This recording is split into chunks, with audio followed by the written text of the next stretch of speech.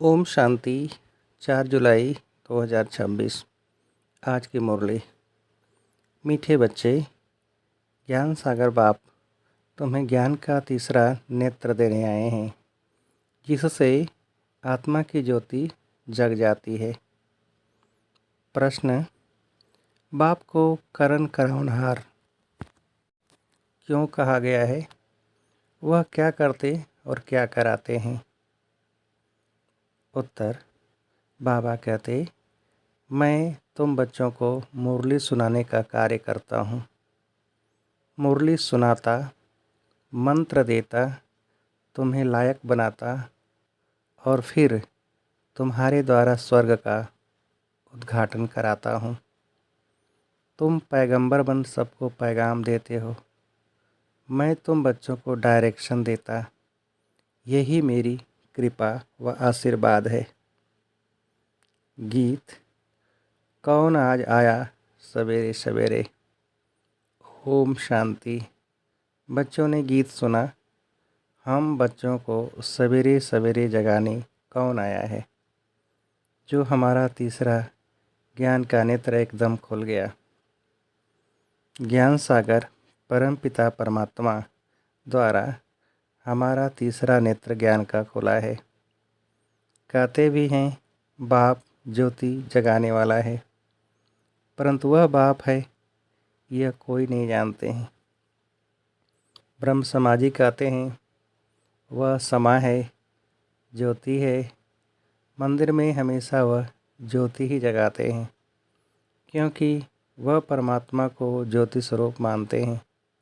इसलिए वहाँ मंदिर में दीवा जगाते ही रहते हैं। अब यह बाप कोई माचिस से दीवा नहीं जगाते हैं। यह तो बात ही न्यारी है। गाया भी जाता है, ईश्वर की गति मत न्यारी है। तुम बच्चे अब समझते हो, बाप सद्गति के लिए आकर ज्ञान योग सिखलाते हैं। सिखलाने वाला तो ज़रूर चाहिए ना। शरीर तो नहीं सिखलाएगा, आत्मा ही सब कुछ करती है। आत्मा में ही अच्छे बुरे संस्कार रहते हैं।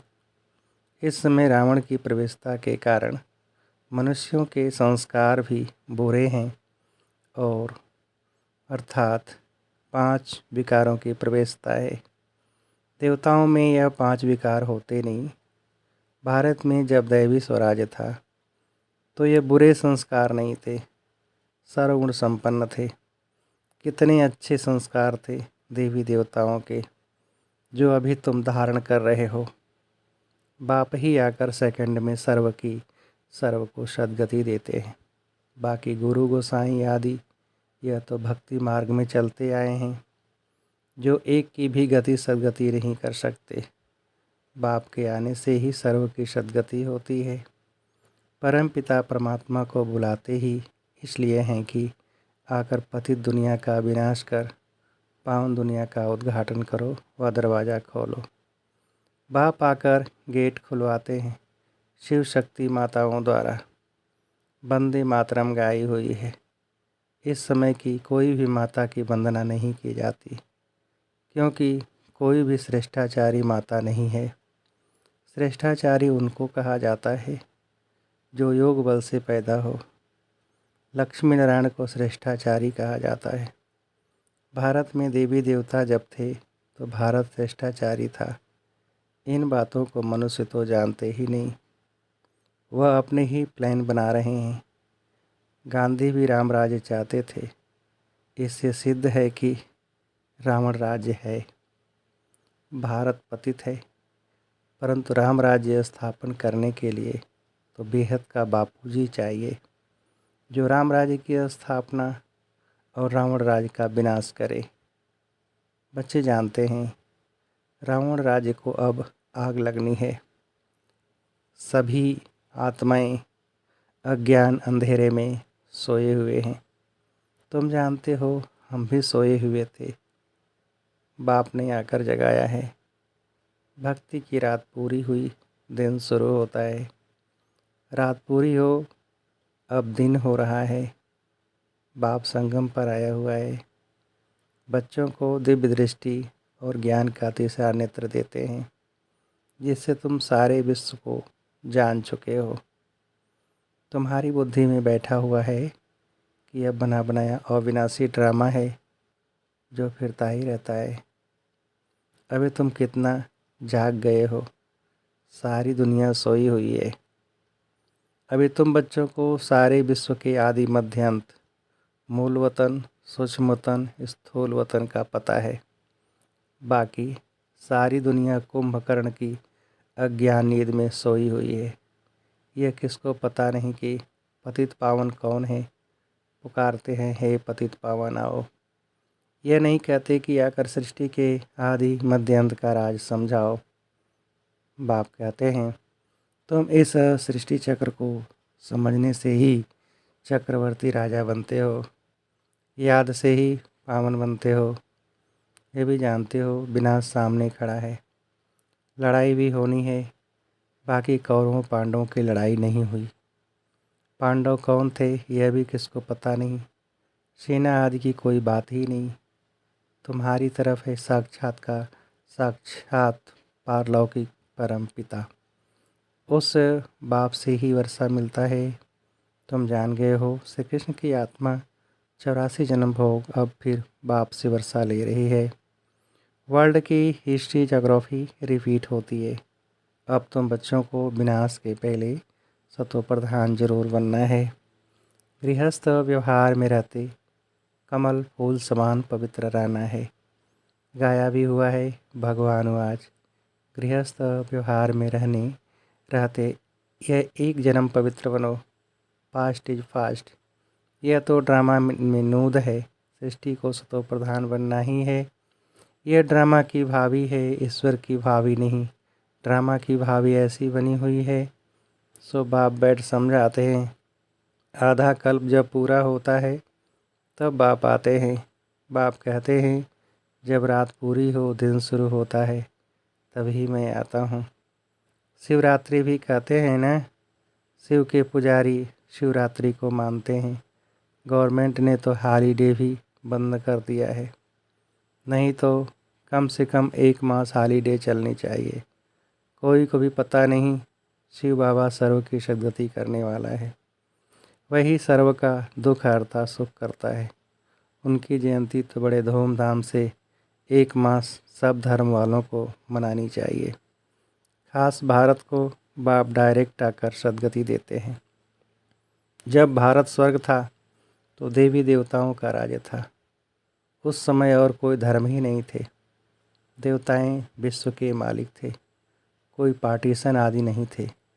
इसलिए कहा जाता है, अटल अखंड सुख शांति संपत्ति का दैवी राज्य फिर से हम प्राप्त कर रहे हैं। बेहद के बाप से बेहद का वर्षा 5000 वर्ष पहले भी मिला था। सूर्यवंशी चंद्रवंशी राज्य में कोई दुख का नाम नहीं था।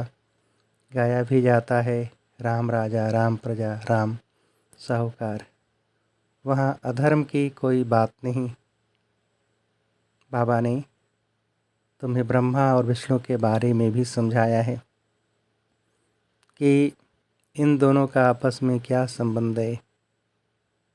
ब्रह्मा की नाभि से विष्णु निकला।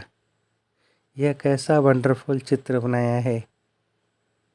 बाप समझाते हैं, यह लक्ष्मी नारायण ही अंत में आकर ब्रह्मा सरस्वती जगत अम्बा जगत पिता बनते हैं, जो दोनों फिर विष्णु अर्थात लक्ष्मी नारायण बनते हैं। बाप बैठ समझाते हैं, जो भी चित्र देखते हो इनमें कोई भी यथार्थ नहीं है। शिव का बड़ा चित्र बनाते हैं, वह भी अयथार्थ है। भक्ति के कारण बड़ा बनाया है, नहीं तो बिंदी की पूजा कैसे हो सकती। अच्छा, फिर ब्रह्मा विष्णु शंकर के लिए भी समझ नहीं सकते। त्रिमूर्ति ब्रह्मा कह देते हैं। ब्रह्मा द्वारा स्थापना, विष्णु द्वारा पालना, यह भी कहते हैं। परंतु ब्रह्मा तो स्थापना करते नहीं। स्वर्ग की स्थापना ब्रह्मा करेंगे नहीं। स्वर्ग की स्थापना तो परमपिता परमात्मा ही करते हैं। यह आत्मा तो पतित है, इनको व्यक्त ब्रह्मा कहा जाता है। यही आत्मा पावन बन जाएगी और चली जाएगी। फिर सतयुग में जाकर नारायण बनते हैं। तो प्रजापिता ब्रह्मा जरूर यहाँ चाहिए ना, चित्त फिर वहाँ दे दिए हैं। जैसे यह ज्ञान के अलंकार वास्तव में हैं तुम्हारे, परंतु विष्णु को दे दिए हैं। नवधा भक्ति में भी साक्षात्कार होता है। मीरा का भी नाम गाया हुआ है ना। पुरुषों में नंबर 1 भक्त है नारद, माताओं में मीरा गाई हुई है। तुम अभी नारायण अथवा लक्ष्मी को वरने के लिए यह ज्ञान सुन रहे हो। तुम्हारा ही स्वयंवर होता है। नारद के लिए भी दिखाते हैं।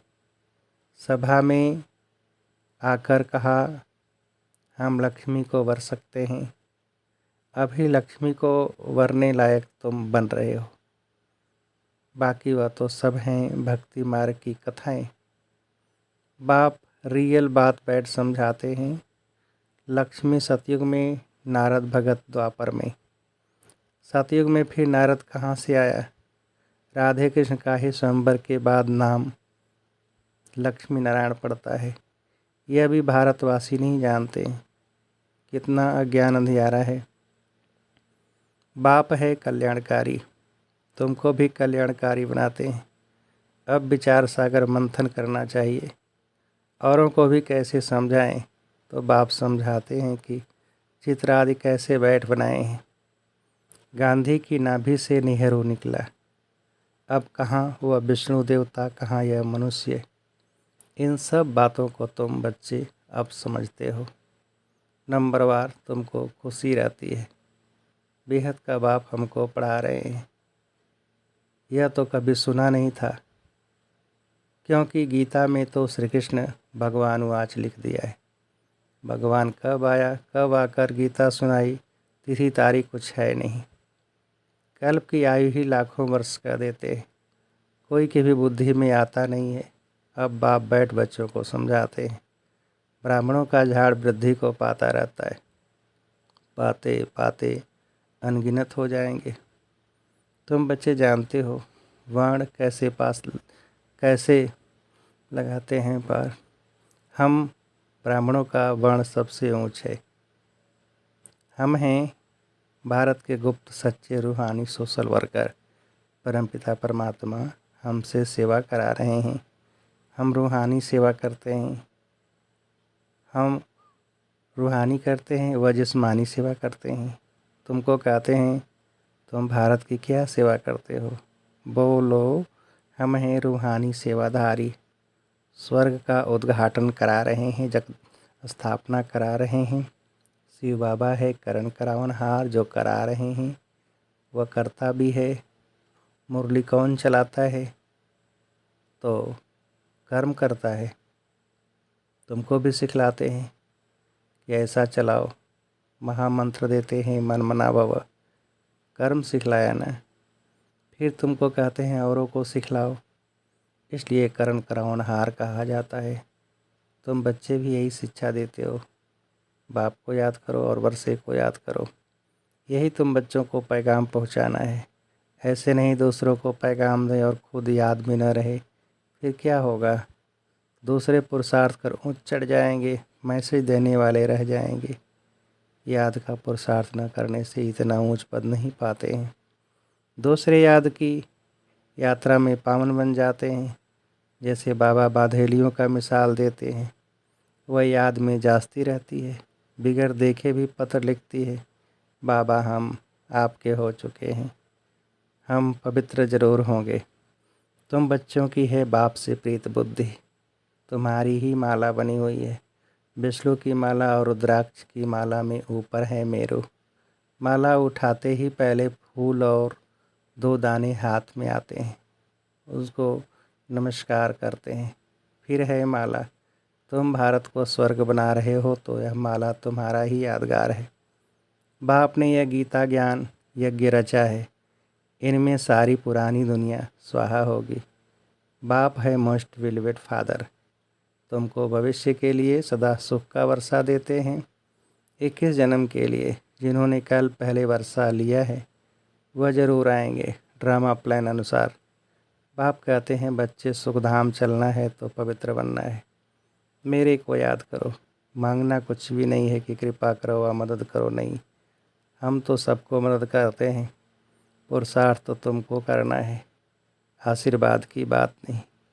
बाप कहते हैं मामेकम याद करो, याद करना तुम्हारा काम है, डायरेक्शन देना यही कृपा है। बाकी तो भल खाओ पियो घूमो फिरो, तुम्हें पवित्र भोजन ही खाना है। हम देवी देवता बनते हैं, वहाँ प्याज आदि थोड़ा ही होगा। यह सब यहाँ छोड़ना है। यह चीज़ें वहाँ होती नहीं, बीज ही नहीं है। जैसे सतयुग में बीमारी आदि होती नहीं, अभी देखो कितनी बीमारियाँ निकली हैं। वहाँ तमोगुणी कोई चीज़ होती नहीं, हर चीज़ सतो प्रधान। यहाँ देखो मनुष्य क्या क्या खाते हैं। अब बाप बच्चों को कहते हैं मुझे याद करो और संग तोड़ मुझ संग जोड़ो तो तुम पावन बन जाएंगे।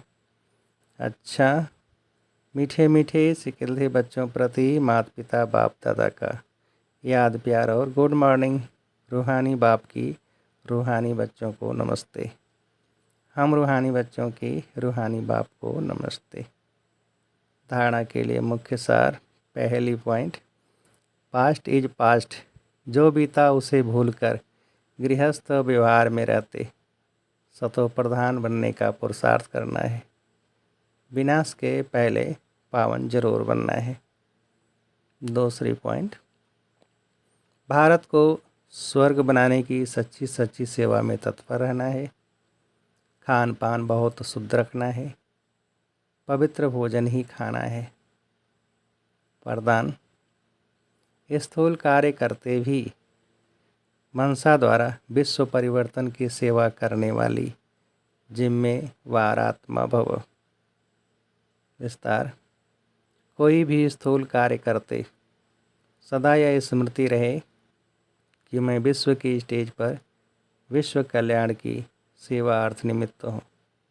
मुझे अपने श्रेष्ठ मनसा द्वारा विश्व परिवर्तन के कार्य की बहुत बड़ी जिम्मेवारी मिली हुई है।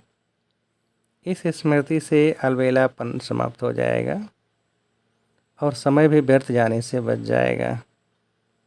एक एक सेकंड अमूल्य समझते हुए विश्व कल्याण के व जड़ चैतन्य को परिवर्तन करने के कार्य में सफल करते रहेंगे। स्लोगन, अभी योद्धा बनने के बजाय निरंतर योगी बनो। यह व्यक्ति सारे ज्वाला स्वरूप स्थिति में रह शक्तिशाली याद का अनुभव करो। जैसे दुखी आत्माओं के मन में यह आवाज़ शुरू हुआ है कि अब विनाश हो, वैसे ही आप विश्व कल्याणकारी आत्माओं के मन में यह संकल्प उत्पन्न हो कि अब जल्दी ही सर्व का कल्याण हो, तभी समाप्ति होगी। विनाशकारियों को कल्याणकारी आत्माओं के संकल्प का इशारा चाहिए। इसलिए अपने एवर रेडी बनने के पावरफुल संकल्प से ज्वाला रूप योग द्वारा विनाश ज्वाला को तेज करो। अच्छा, ओम शांति।